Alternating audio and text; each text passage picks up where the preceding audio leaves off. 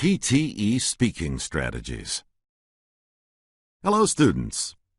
In this video, we'll discuss strategies to handle speaking questions in the PTE academic test. The purpose here is to make you aware about some of the basic factors that you should take into consideration and the strategies that hold good.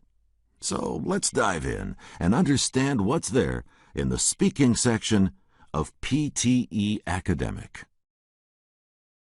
In the PTE Academic, 5 speaking items are given as part of Speaking and Writing section. Take a look at the table to see what each question type involves. You have 1 minute to do so.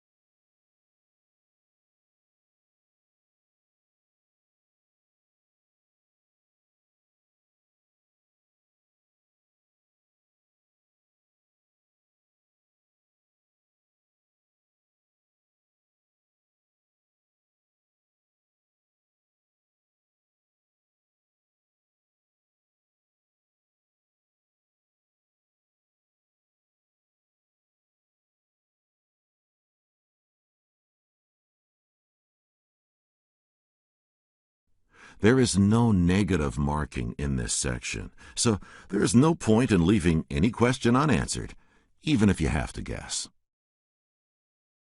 Let us take a quick look at some of the general guidelines in the PTE academic speaking test. Basically, you need 3 attributes to do well in PTE speaking test: comprehension, confidence, spontaneity.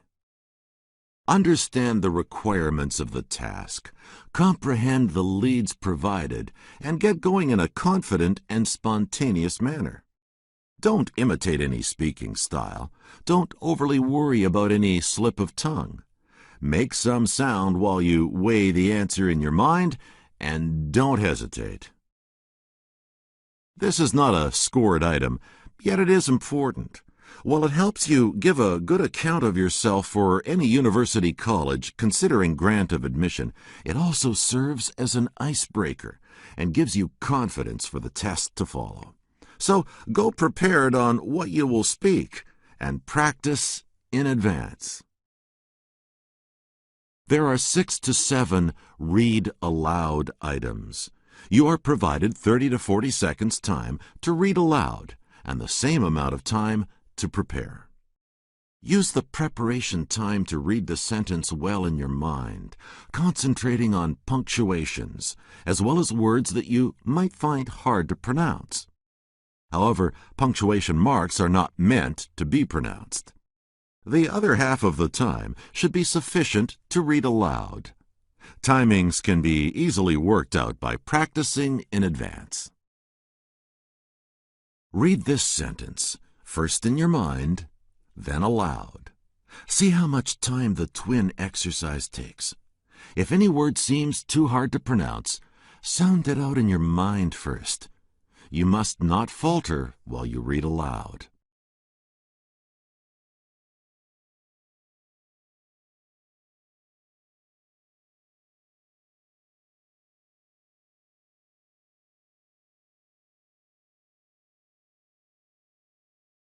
You can read it this way. The Dutch East India Company had made some attempts to conquer a part of the southern continent and had been repulsed with loss, of which, however, we have no distinct historical record, except what has been collected in respect of 2 voyages. You will hear 10 to 12 sentences. Each recording plays only once for 3 to 9 seconds. The response time is 15 seconds. These are typically short sentences, so recreating the sentence should not be a problem. Else, split the sentence into phrases and speak out each phrase in the same sequence. If you have listened attentively, you will be able to convey the sense of the sentence. Let's take an example. Can you repeat this sentence? Stories rarely offer specific descriptions of time and place. I hope you got it.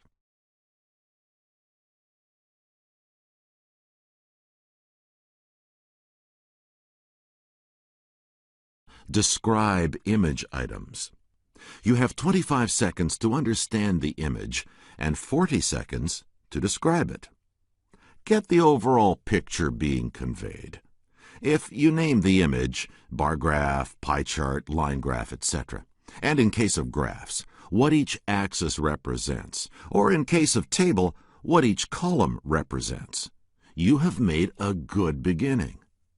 Address the main point, the trends, comparisons, the exceptions, and the job is done.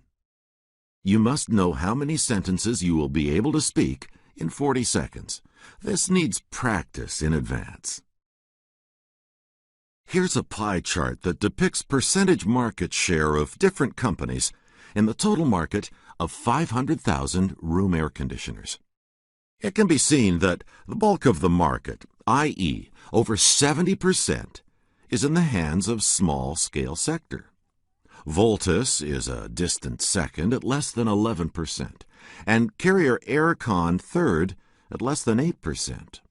Blue Star, Amtrex, Fetters Lloyd's, and Videocon too have some market presence, selling somewhere between 1,000 to 1,500 room air conditioners per year. In sum, it can be said that the room air conditioners market is quite fragmented, and there are no dominant players. Retell lecture items. Each recording runs for 60 to 90 seconds. Take a look at the picture displayed along with the lecture. This might give you an idea about the topic of discussion. Take notes. The recording is played only once. You might miss out on some key points unless you take notes. But the notes should only be key words or phrases, no long sentences. Use the 10-second preparation time to formulate your answer. Let's listen to a lecture and then retell it in our own words. The most notable distinction between living and inanimate things is that the former maintain themselves by renewal. A stone, when struck, resists. If its resistance is greater than the force of the blow struck, it remains outwardly unchanged. Otherwise, it is shattered into smaller bits. Never does the stone attempt to react in such a way that it may maintain itself against the blow, much less so as to render the blow a contributing factor to its own continued action. While the living thing may easily be crushed by superior force, it nonetheless tries to turn the energies which act upon it into means of its own further existence. If it cannot do so, it does not just split into smaller pieces, at least in the higher forms of life, but loses its identity as a living thing. As long as it endures, it struggles to use surrounding energies in its own behalf. It uses light, air, moisture, and the material of soil. To say that it uses them is to say that it turns them into means of its own conservation. As long as it's growing, the energy it expends in thus turning the environment to account is more than compensated for by the return it gets. It grows. Understanding the word control in this sense, it may be said that a living being is one that subjugates and controls for its own continued activity the energies that would otherwise use it up. Life is a self-renewing process through action upon the environment. Okay, so what did you hear? Wasn't the lecture about an essential distinction between living beings and inanimate things? Here's a transcript of the same. It says that inanimate things don't resist. Living beings do. Living beings gather their energy to struggle and to conserve themselves. Inanimate things do no such thing.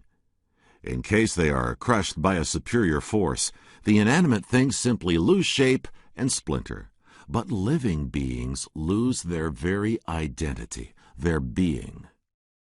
These are basically one-word substitution type questions, though sometimes the answer may take more than one word. Though you will have 10 seconds to answer, you must start speaking within 3 seconds, else the recording will stop. Try to visualize the situation to get the word or phrase. Some advanced practice on commonly used words, expressions, is desirable. Here's an example. How will you describe yearly date of return of an important occasion? Did you get it? Yes, it's an anniversary. Yeah, that's it for now. Hope the discussion today would have shed some light on how to maximize your score in the speaking section. Of course, practice is very important.